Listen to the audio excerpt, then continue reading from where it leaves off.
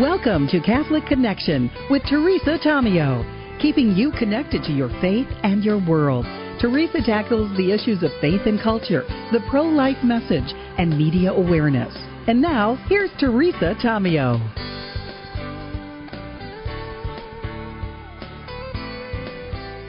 I will, to the best of my ability, preserve, protect, and defend the Constitution of the United States. The Constitution of the United States. So help me God. So help me God. Congratulations, Mr. President. It is a Tuesday morning across America and, of course, around the world. Good to be with you, most parts of the world, obviously. And we'll have full coverage of the inauguration of the 47th President of the United States and, more specifically, how it relates to the one holy Catholic and Apostolic faith, not only here in the United States of America, but our connections with other countries and how important it is in terms of what's happening now with this new administration, especially on the life issues, the gender issues, religious freedom. It really is a big story. We're going to be diving into this very deeply this morning with two experts, and of course the discussion will continue as we move through the first part and the rest of this new administration. John Bursch is going to be joining us. Now, he is based in Michigan. We actually had him on live in the first hour of the program, but there's so much to talk about in relationship to the gender issues, the life issues, the religious freedom issues, and what his organization, he's a big part of the wonderful organization Alliance Defending Freedom, but he's also now an expert on this push in gender ideology and what it's done to us, not only in the church, but in the world and the nation. He's the author of a beautiful and pretty recent book. We had him on last year for this book, Loving God's Children, the Church and Gender Ideology. And then Lewis Brown, well known for his great work in D.C. and around the country for pro-life and also for taking a healthcare perspective, Catholic, of course, and making sure that we are addressing those issues according to our faith. He's a director of the Christ Medicus Foundation. He was at the inauguration yesterday, and he'll give us his impressions about where we are going in the future under the direction of this new administration under Donald J. Trump, the 47th President of the United States. So much to discuss this morning, and we have the opportunity to talk to these two experts, and then, of course, we'll dive further into these issues as we continue with the coverage of the historic inauguration yesterday. Weather-wise, Houston, we have a problem, not only in Houston but across the country. The National Weather Service says dangerous cold weather for most of the nation, a rare winter storm for the south, including Texas and other large states in that area. Fire weather concerns are also continuing across Southern California. Now, the Arctic air, according to the National Weather Service, will filter south and east through early this week as this cold air moves across the southern part of the country. It's a rare winter storm that is forecast to develop from the state of Texas, Gulf Coast states into the southeast through early this week. We'll have more about it in the news. Several new daily record low temps are expected, including new record low maximum temperatures. And as we mentioned, for Southern California, the fire weather concerns increase this week. But let's get started. We have a ton of news to get to on this Tuesday morning, January 21st, 2025. And we are going to be starting, of course, with the inauguration yesterday. Don't forget, this program is brought to you by our friends at House of Joppa, their website, houseofjoppa.com. Well, as you heard, Donald Trump, now the 47th President of the United States of America. And will, to the best of my ability, preserve, protect, and defend the Constitution of the United States. The Constitution of the United States. So help me God. So help me God. Congratulations, Mr. President. Donald J. Trump, just the second president in U.S. history to serve non-consecutive terms. Monday's swearing-in ceremony taking place in the Capitol Rotunda. It was moved indoors due to the freezing temps in the nation's capital. Trump, according to LifeNews.com, meanwhile, signing an executive order withdrawing from the pro-abortion World Health Organization in a move that cuts off significant taxpayer funding of that controversial organization. Details of the executive order, which was among a slew of executive actions signed yesterday in the Oval Office, were not immediately available.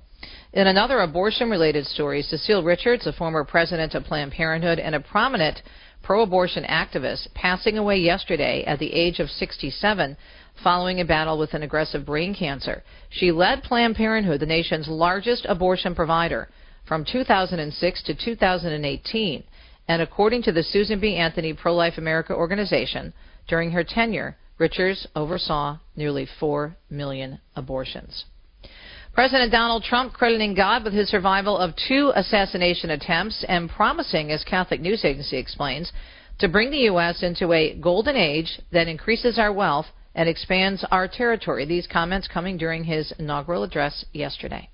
Those who wish to stop our cause have tried to take my freedom and indeed to take my life. Just a few months ago in a beautiful Pennsylvania field, an assassin's bullet ripped through my ear. But I felt then, and believe even more so now, that my life was saved for a reason. I was saved by God to make America great again. After referring to his inauguration day yesterday as an American Liberation Day from the past 4 years of President Joe Biden, Trump, as CNN expresses hope that our recent presidential election will be remembered as the greatest and most consequential election in the history of the country.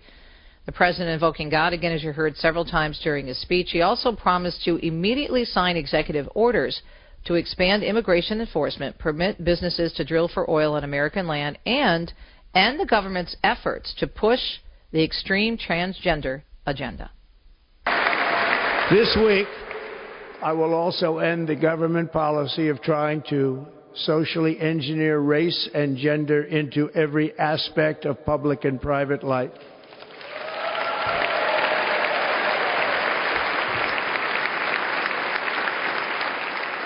We will forge a society that is colorblind and merit-based.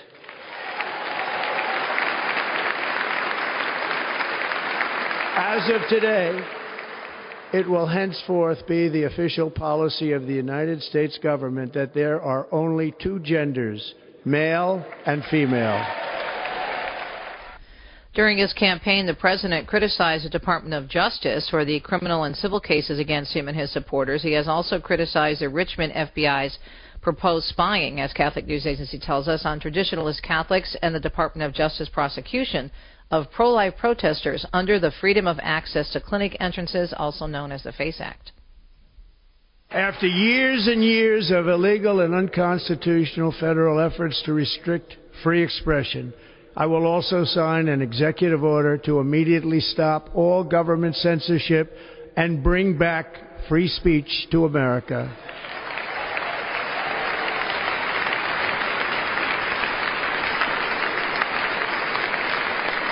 Declaring an emergency at the border and planning to send troops to the area, also signing a proclamation to order flags to be flown at full staff for this and all inaugurations moving forward, and an executive order pardoning roughly 1,500 people convicted in the January 6 incidents at the Capitol. And the first time back in the Oval Office since being sworn in as president, Trump signing the pardon for the defendants he often referred to as hostages.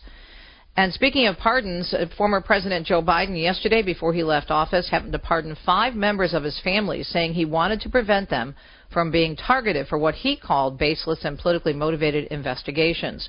Those pardoned are his 2 brothers, James and Francis. Also on the list are Sarah, the wife of James Biden, Biden's sister Valerie, and her husband John. The Senate passing the Laken-Riley Act on Monday, sending it on to the House. On this vote, the yeas are 64, the nays are 35. The bill as amended is passed. The bill is aimed at expanding the federal government's mandate to detain immigrants who are in the country illegally. The Laken-Riley Act, named after a Georgia nursing school student who was murdered last year by an illegal immigrant. A potentially historic snowstorm in other news could soon stretch as far south as Florida and the Gulf. Cold weather is also affecting millions, and the governors of the states of Louisiana, Georgia, Alabama, Florida, and Mississippi all declaring states of emergency.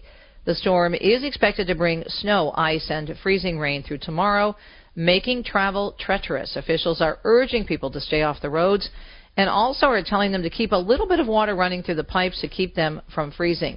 In Texas, Houston's major airports will be closed today.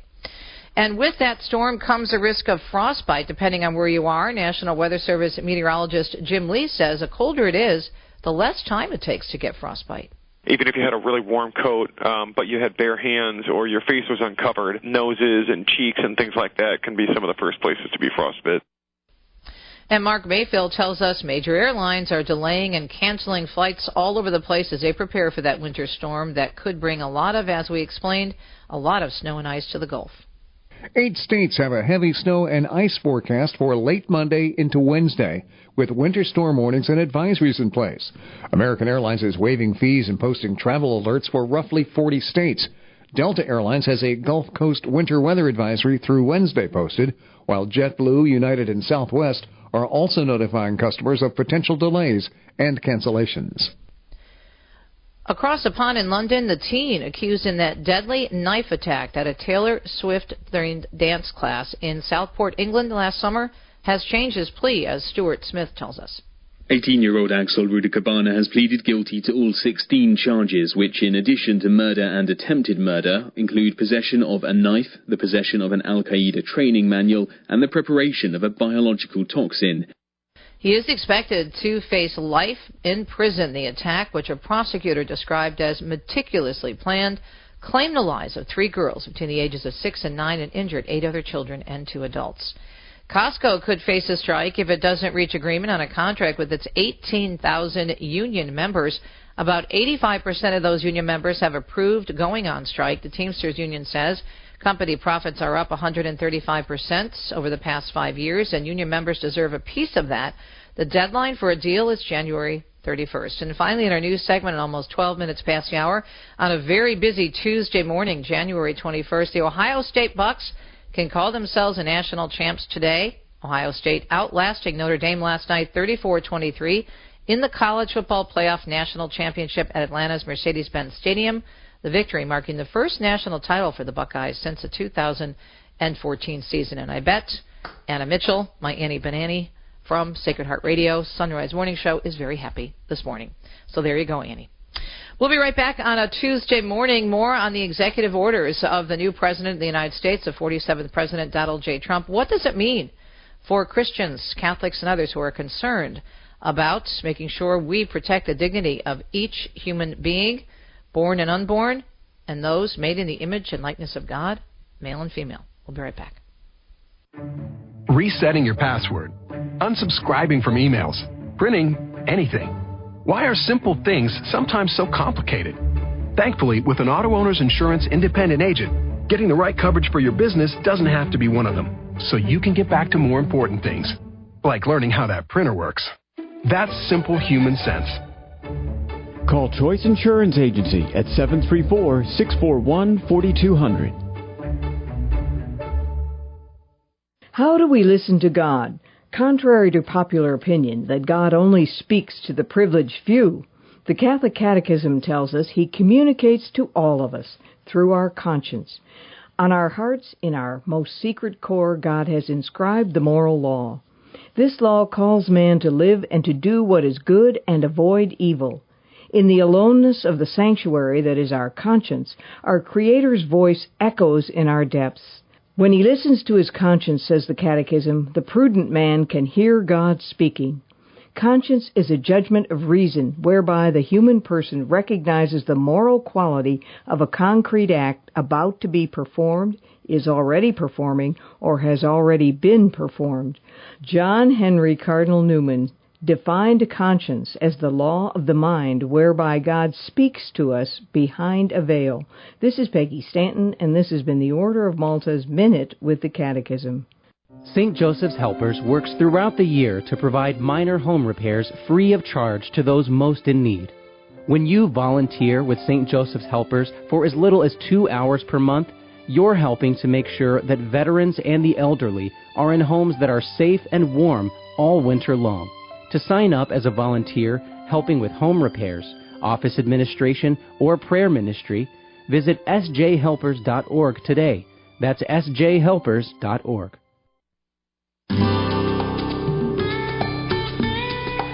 Catholic Connection on a Tuesday, January 21st, 2025. Thanks for listening to the EWTN Global Catholic Radio Network, EWTN.com, especially this week as we move toward the March for Life on Friday. Honored to be serving once again as the main field reporter out there covering all the different interviews and whatnot, and coverage begins at least from the rally area at 9:30 on Friday morning. But please check out all of our great programming all week long at EWTN.com, and we are your pro-life network, TV, radio, and online. All right, so I'm so excited and so grateful to John Bursch. He's a Michigander, and he was on with me in the first hour, the Michigan hour of Catholic Connection, and it flew by, and I said, can you please stay? I just threw the whole rundown out for that second segment of the show because I had to have him back on. And my producer, Andrew, just kind of rolls with that. Okay, here's what we're going to do. We're going to switch this around because that's what I do, having been in live media for decades since DIRT.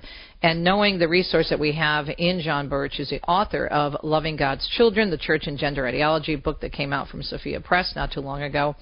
But also, and there's so much to talk about with John, he is the Vice President of Appellate Advocacy for Alliance Defending Freedom, the largest public interest law firm in the world, defending, thanks be to God, religious liberty, free speech, parental rights, marriage and family, and the right to life. He has argued not one, not two, not three, not four, but 12 cases in the Supreme Court, including cases defending church teaching on marriage and sexuality. And, of course, he speaks frequently across the country. And there's a lot more to his resume. But, John, let's get to it. We were talking in the first hour of Catholic Connection this morning about this executive order from the 47th President, Donald J. Trump. And I want to read the title because the title alone we could talk about, but it gives you an indication of what's happening with this issue that has been suffocating and damaging so many people and entities. Defending women from gender ideology, extremism, and restoring biological truth to the federal government. So first of all, your reaction based on all the wisdom you put in this beautiful book, Loving God's Children, and thanks for joining us. This executive order was sorely needed, and it's a total home run from the incoming administration to a society that's totally embraced gender ideology when it comes to government officials and large corporations. You know, this is like a drink after you've been crawling across the desert for 4 years. The Biden administration has used its power to try to stick gender ideology into every aspect of society. That includes our public schools with their Title IX regs, where they required that boys who identify as girls be included in girls' bathrooms and locker rooms and showers, and strongly suggested that sports teams should be included there as well. That has insisted that boys identifying as girls have to be allowed into women's shelters. Women who have been battered and sexually abused have insisted that men who identify as women need to be in women's prisons, which has increased the number of sexual assaults and pregnancies in women's prisons. No surprise there. They've looked for every nook and cranny in federal law that uses the word sex and redefined it to mean gender ideology. And so this momentous order represents a 180-degree turn back to reality and common sense. And as he promised, President Trump acted on his very first day to confront a toxic ideology that has wreaked havoc on our health, safety, opportunities, and freedom. Let me ask you and repeat some of the questions I posed to you earlier for our listeners here in the second hour of the program. What are we looking at in terms of pushback from those who have really been shoving this in our faces and down our throats? I'm sure there are going to be lawsuits because there's a ton of money, not just agenda, but money associated with this industry, this transgender industry. And it is in this industry, much like abortion. Yeah, it's absolutely an industry. And in fact, one of Planned Parenthood's biggest new revenue streams is providing cross-sex hormones and puberty blockers to unsuspecting kids who think that they're the opposite sex. So it's rampant. And kind of ironic, too, that the money is driving so much of this equation because the psychologist who started the whole modern gender movement, his name was John Money. And he did some terrible experiments that he sexually abused kids back in the 1950s to, quote, prove, unquote, his theories. And so today, you're talking about tens of thousands of dollars for surgeries. You're talking about a lifetime of cross-sex hormones for people who try to permanently transition. There's huge money in this for pharmacies and for surgeons. And I have no doubt that they're going to be pushing back against the executive order and all the regulations and statutes there are to come to try to preserve their bottom line. How long are executive orders? I mean, legally. The executive order doesn't have a whole lot of legal force on its own. What it can do is it can order agencies how they approach a problem. And so the most significant legal effect of this order is that it rescinds more than a dozen Biden administration orders that commanded agencies to interpret sex as gender ideology in a variety of federal statutes.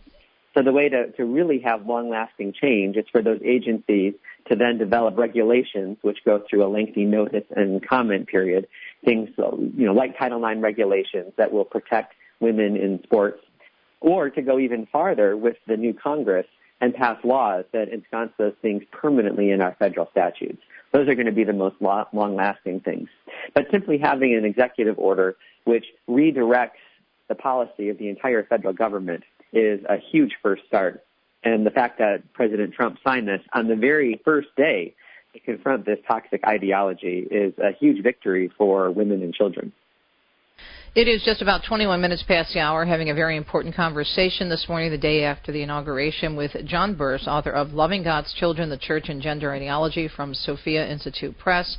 He is also the VP of Appellate Advocacy for Alliance Defending Freedom, the largest public interest law firm in the world, defending religious liberty, free speech, parental rights, marriage, and family. So, John, in terms of the challenges, my hope, we were talking about this again in the first hour of Catholic Connection today, my hope is that this will open the door finally for the truth about this issue to get out there, because think of the thousands upon thousands, and you know this because you address this in your book and you've worked with people involved in these types of cases, people who were greatly harmed, whether it be women in sports, young women in sports, or these women or young children that are quote-unquote transitioning thinking that was the answer. There's so many stories to be told about the damages that's done that have been suppressed by a legacy media that just takes their talking points from the left and runs with them. Do you think this is an opportunity, in addition to this very clear executive order, to really help people understand what's going on here in terms of evangelization? Well, I certainly hope so, because evangelization is the name of the game. And your listeners need to understand that kids who are experiencing real gender dysphoria, we're talking about the mental health diagnosis now, not kids who are just doing this because they think it'll make them popular. And, there are social trends where that happens. But for kids who really have dysphoria, they have this intense discomfort in their body. And the number of kids who have that mental health condition is very small, just a microscopic of 1%, less than 1%. But for them, this is a real problem, and it causes intense mental health problems. And so we need to accompany them. Accompany means to walk alongside, like Pope Francis says, to smell like the sheep, and to offer them the love and support that they need until they can align their mind with their body, which is the way that we treat every other dysphoria, from anorexia and bulimia to body dysmorphia. Gender ideology is the only one where someone is encouraged by a psychologist and a doctor to align their body with their mind rather than the other way around. And then for all those kids who are taken in by TikTok and Instagram and other videos that tells them that they'll be more popular and more authentically themselves and they'll have more friends if they would make this transition, they need to understand that God created them as an embodied soul, that their body expresses something about who they are. As Pope Francis beautifully teaches, that when we deny our sexuality, that we breach the two great commandments. We first breach our relationship with God because we reject the gift of our body. We also breach the relationship with other people. We can't love our neighbor if we're not authentically who God made us to be, but instead project something else. And then, of course, just the lifelong of medical pain and hardship and expense that comes with a permanent transition, because once you go down that road, the medical bills never stop. Questions before we take a break in about 2.5 minutes. But A, were you surprised that this was a concern for so many people who really would not vote for a Republican or somebody even slightly right of center? So many people, in looking at not only surveys, even though we know that the economy and immigration were at the top of the list, common sense and this whole idea of pushing this down people's throats was a big issue for a lot of people, and that's why they decided to vote the way they did. That's number one. And number two, what do you think could have happened in a worst-case scenario had the election gone the other way? And if you can't answer both questions, if you hear the music, it's like musical chairs. Stop, and we'll pick it up on the other side of the break. But let's look at the voters. Were you surprised by that, by many voters speaking up about this? Well, I was initially, but as I saw the Trump campaign's continue commercials on this issue, it was clear that they were seeing movements in the polls as a result of their focus. And if you look at the recent New York Times poll just days ago, it shows that 79% of Americans oppose males in women's sports, and 71% that children should be protected from, not encouraged to use dangerous drugs and surgery to change their bodies. And so there was this underlying current of support for these very kinds of policies. Now, if the Biden administration had stayed in place, I'm sure that we would have seen even more robust regulations demanding that boys who identify as girls be included in women's sports. You would have seen increased pressure for insurance plans to cover these expensive and dangerous procedures. And they would have continued to redefine the very nature of sex in every nook and cranny of federal law. We were on an incredibly steep downward slope, and we're moving down it very quickly. And this is a total 180-degree reversal. Yeah. And we'll talk about this up next in the break, and great job in answering those two questions in such a limited amount of time. But we'll talk about the impact on free speech and religious freedom when we come back, because it's all connected. More with John Bursch, attorney and author of Loving God's Children, the Church and Gender Ideology, from our friends at Sophia. And also, of course, he's with the wonderful organization, the Advocacy Organization for Faith Alliance Defending Freedom, ADF. We'll be right back. More with John coming up.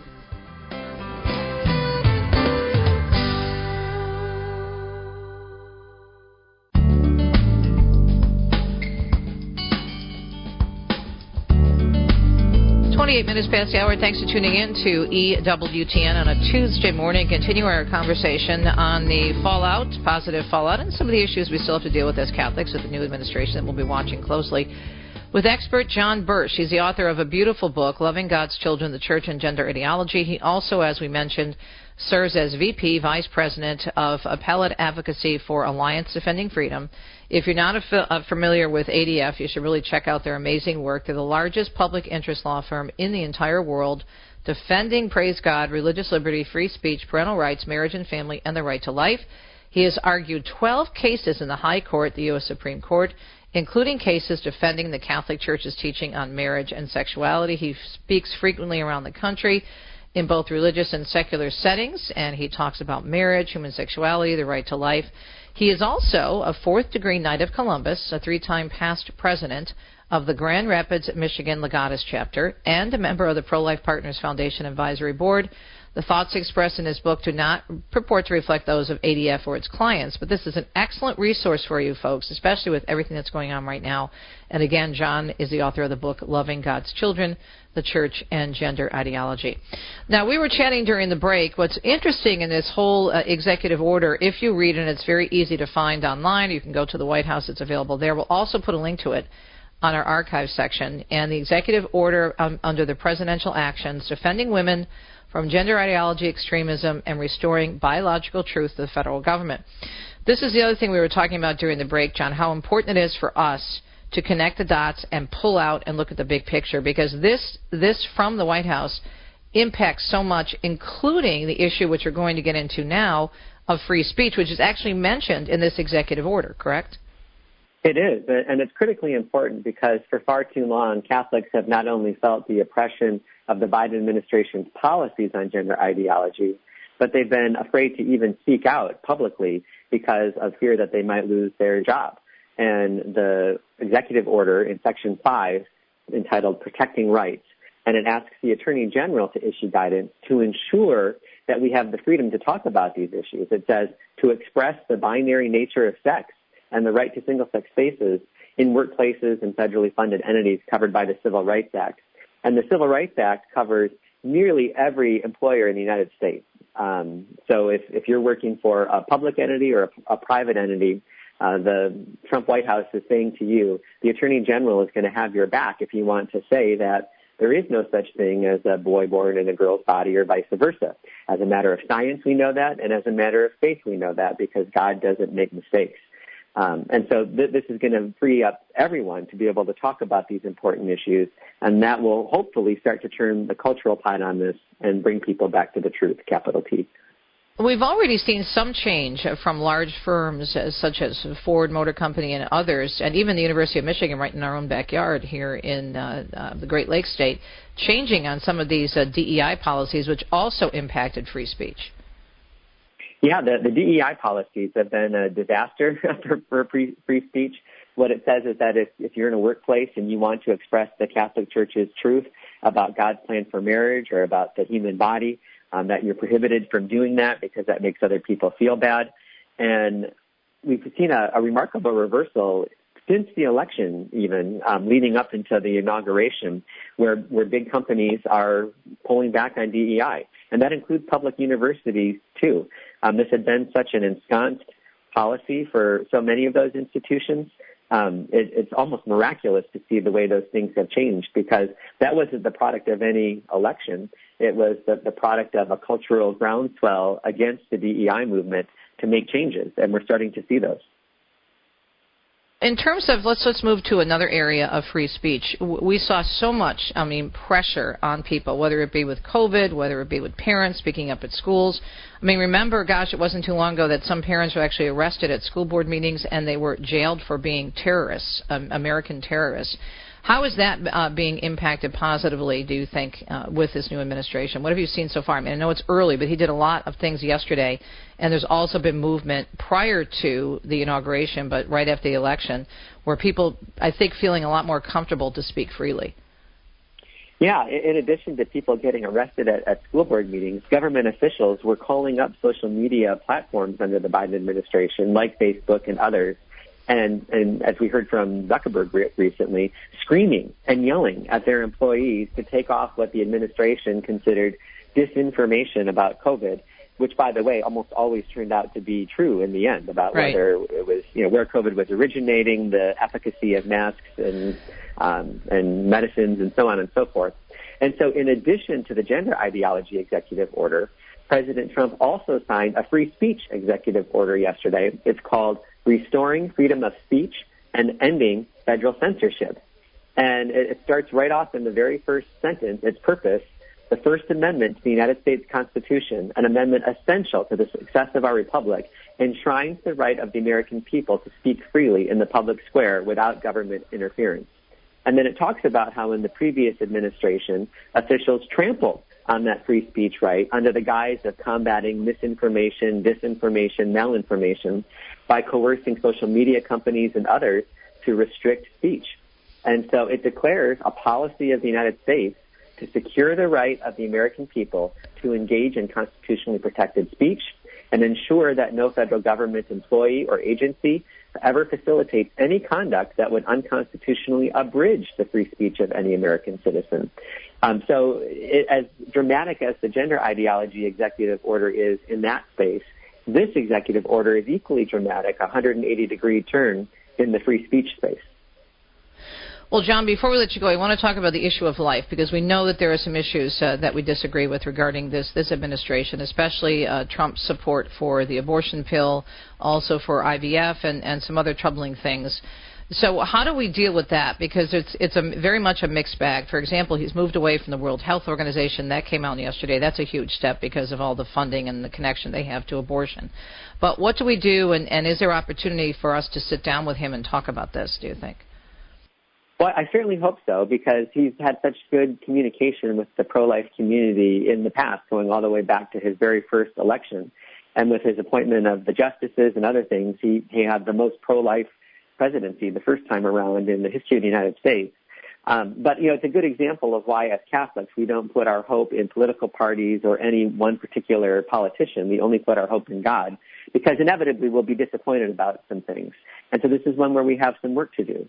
And I think what Dobbs demonstrated for all of us is that after a 49-and-a-half-year culture of death, 63 million unborn children killed in the womb, that we do have a lot of work to transform our cultural mindset when it comes to this. Those percentages that we talked about of people who oppose boys and girls sports or oppose dangerous drugs for kids, we need those same kinds of percentages for people to support the notion that an unborn child has the same dignity and value and worth as someone who's already been born, and that they're worthy of respect and protection.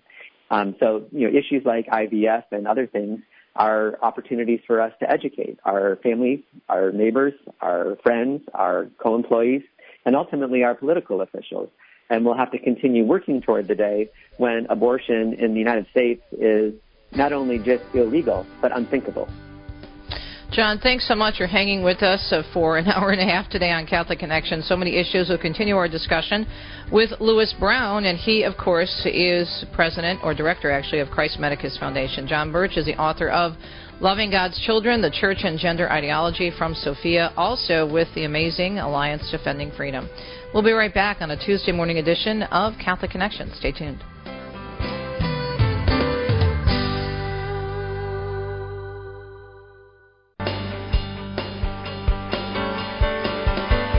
39 minutes past the hour. Welcome back, Catholic Connection, on a Tuesday morning, the day after the inauguration of the 47th President of the United States, Donald J. Trump. And talking life and health care and all that stuff with someone who's actually at the inauguration yesterday, our good friend Louis Brown, director of the Christ Medicus Foundation. Louis, I don't know if you heard, but we just had 2 segments with someone I know that you know well and appreciate his work, John Bursch from Alliance Defending Freedom, giving his take on especially the executive order regarding gender ideology that happened yesterday with the president.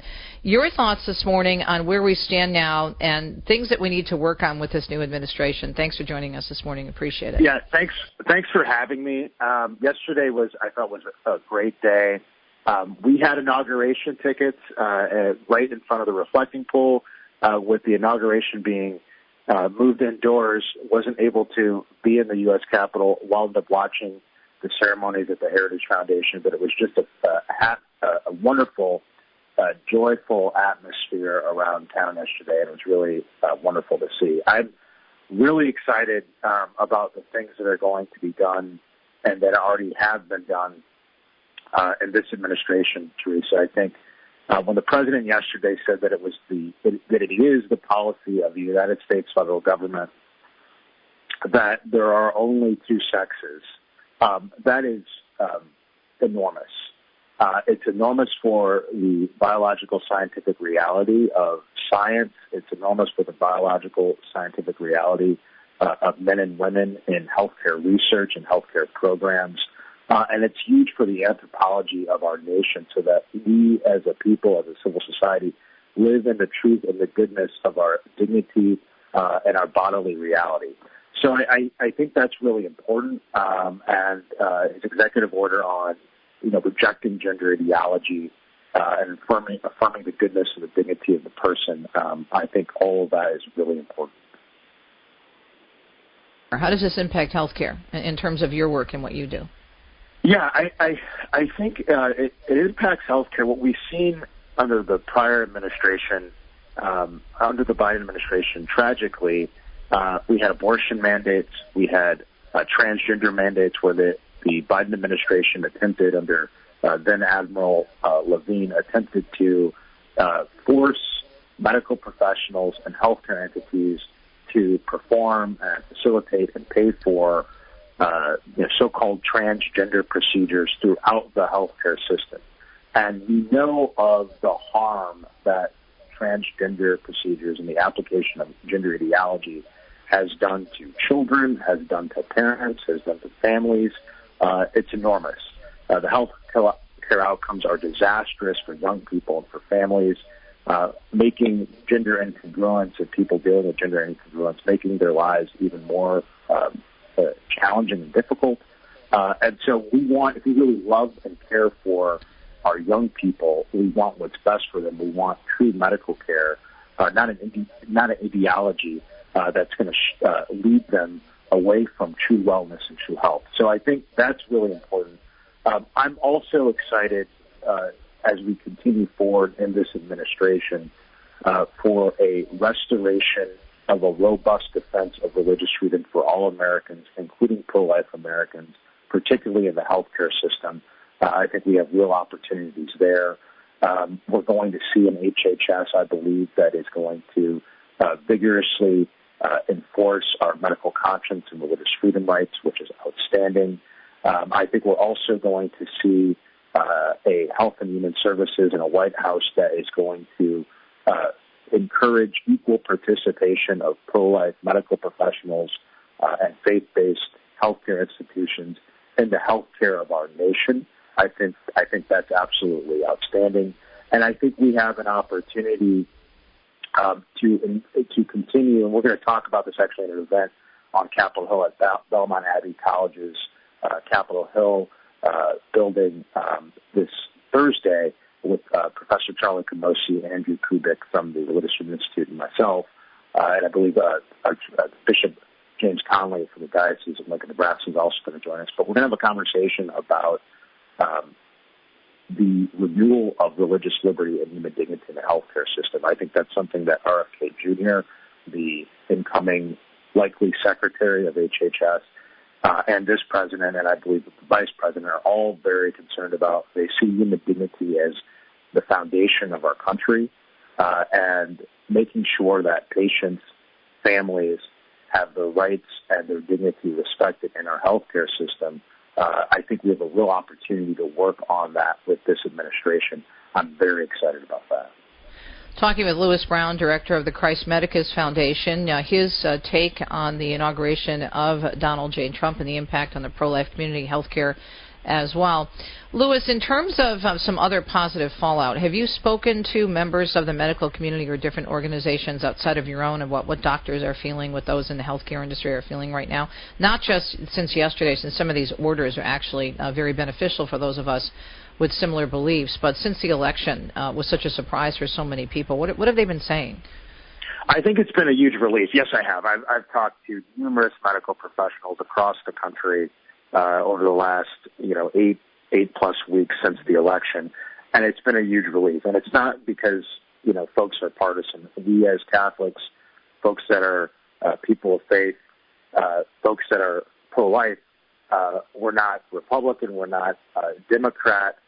First, we're people that believe in a culture of life, we're people that believe in religious liberty, we're people that believe in human dignity. And I think the medical community, I'm an attorney that works in healthcare and in Catholic healthcare in particular, so I'm not a medical practitioner, but work with so many doctors, physicians' assistants, healthcare entrepreneurs, healthcare policy experts, all relieved, because what we were finding in the prior administration was a crushing of human freedom, a crushing of human dignity, and an attempt to utilize healthcare as a social experiment to break down the foundation of the human person and to break down the foundation of civil society, to destroy all constraints on the human person that are God-given and that are good for us.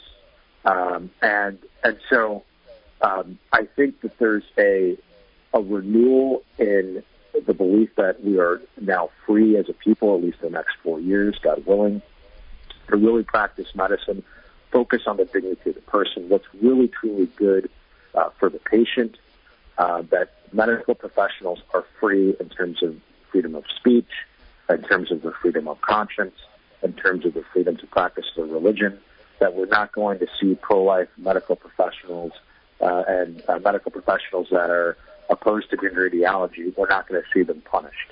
And so I think when it comes to speech, when it comes to freedom of conscience, when it comes to freedom of religion, I think, and also returning the healthcare system to be person-centered.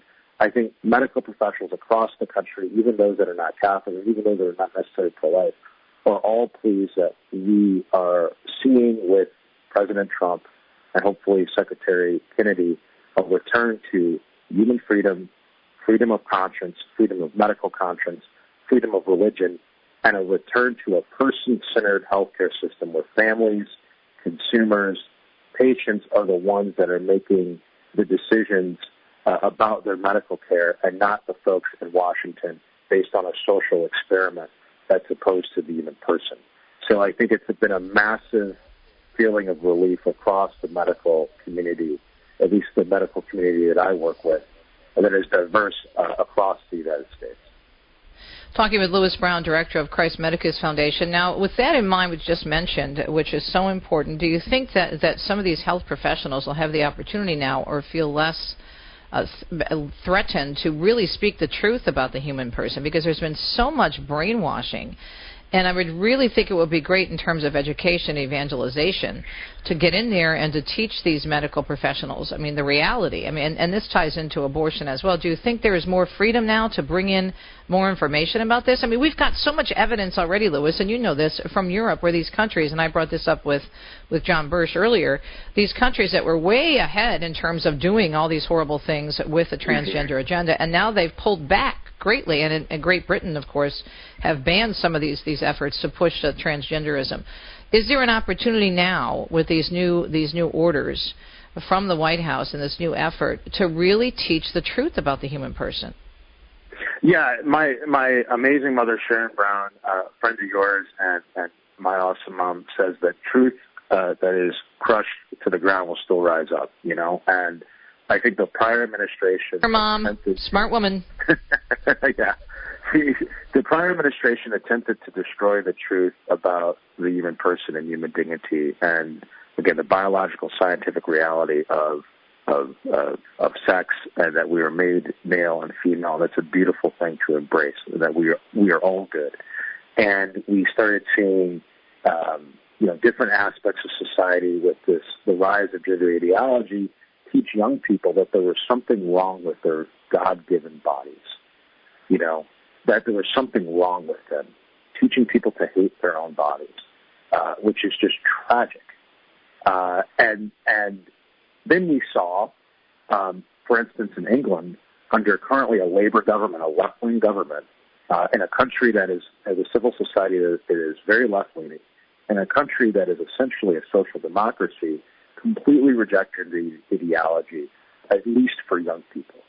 We saw the Cass report, led by one of the top medical doctors in England, Dr. Cass, say that social transitioning for young people doesn't really show any positive health benefit, and essentially reject any type of medical interventions for gender transitioning whatsoever for people under the age of 18. Then, in December, we saw the United Kingdom ban puberty blockers indefinitely under a left-wing government in a social democracy in a country that is much more left-leaning than the United States. I mean, we've seen similar actions in other social democracies in Western Europe, far to the left. Why?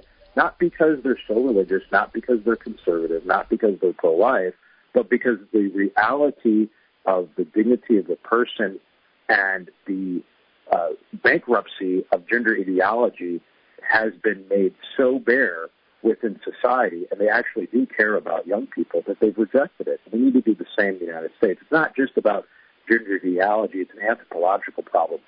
A great teacher of mine, Teresa Tomeo, has been George Weigel, who is a remarkable writer and author. Amazing. And his biography, Witness to Hope, changed my life. The documentary on that changed my life. And I've learned so much about John Paul II from George Weigel. And what George Weigel says that John Paul II would say about the 20th century, the reason why it was so full of blood in the 20th century was because we had a fundamental misunderstanding of the human person. That communism misunderstood the human person and tried to objectify the person based on money, and we saw fascism attempt to objectify the human person based on the power of the state.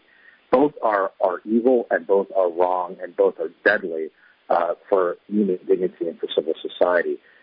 We're seeing the same thing with the gender ideology. It's a misunderstanding the human person that objectifies the person and teaches people to hate their own bodies.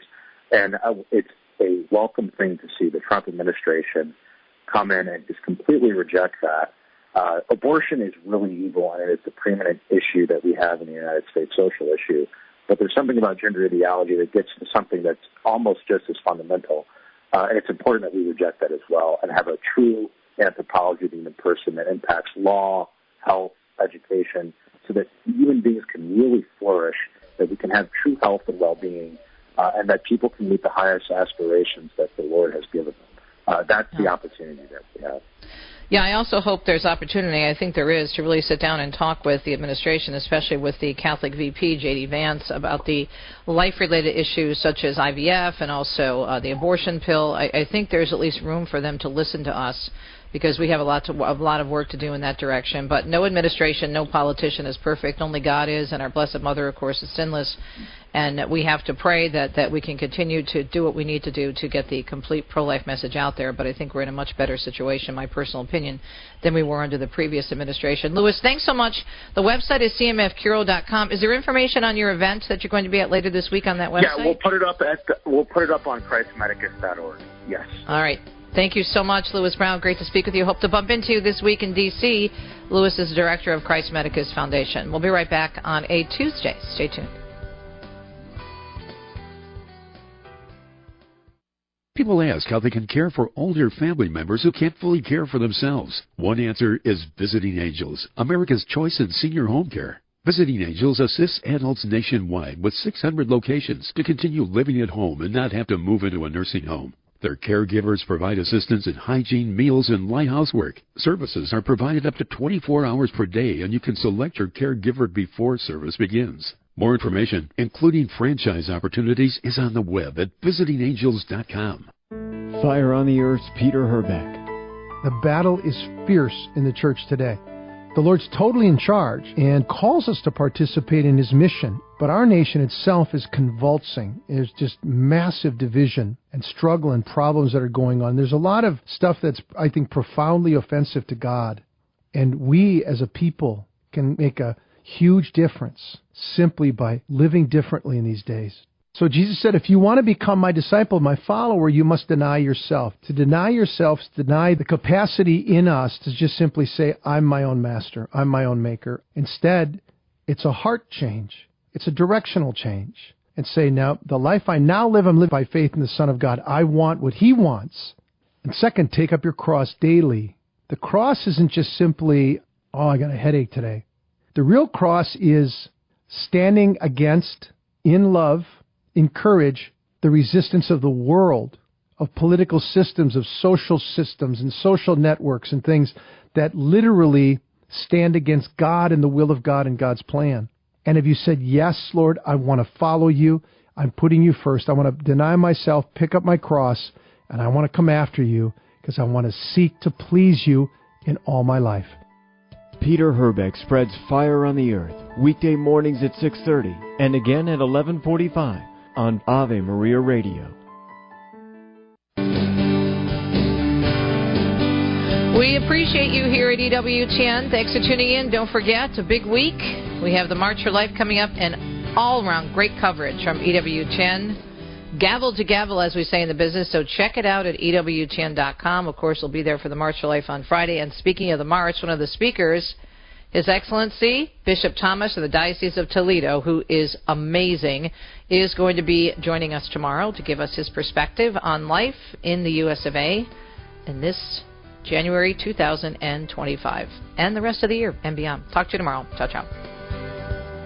You've been listening to Catholic Connection with Teresa Tomeo. Catholic Connection is a co-production of Ave Maria Radio and EWTN Radio and carried across the EWTN Global Catholic Radio Network. Our producer is Andrew Kruchek. For copies of this program or for more information, visit AveMariaRadio.net. That's AVEMariaRadio.net. Thanks for listening and join us next time for another edition of Catholic Connection.